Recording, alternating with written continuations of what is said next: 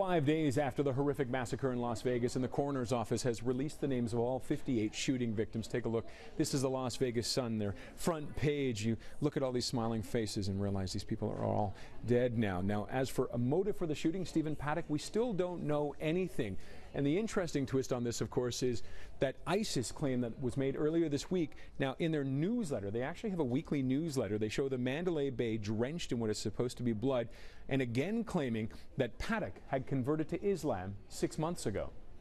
This afternoon, police once again insisting there is nothing to suggest Paddock was working for or influenced by anyone else. Their frustration about the lack of insight into Paddock's motive evident.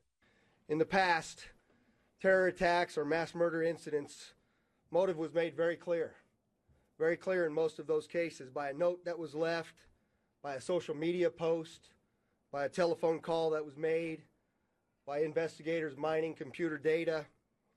Today, in our investigation, we don't have any of that uncovered. I wish we did.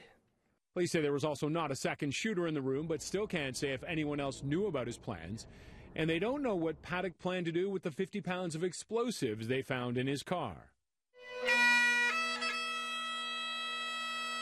A police honor guard and thousands of people turning out Thursday evening for a candlelight vigil honoring one of the police officers killed on Sunday.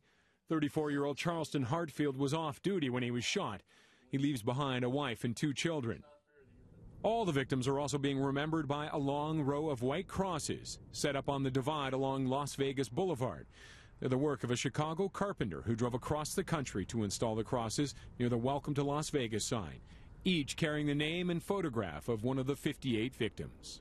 It was almost like the grief just dissipated as they touched these hands. Man's best friend trying to help Las Vegas heal the wounds that you can't see.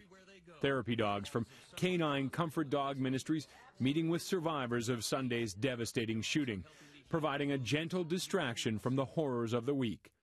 They also spent time with exhausted medical staff and sat with families of those affected last night, providing comfort at the candlelight vigil for the victims.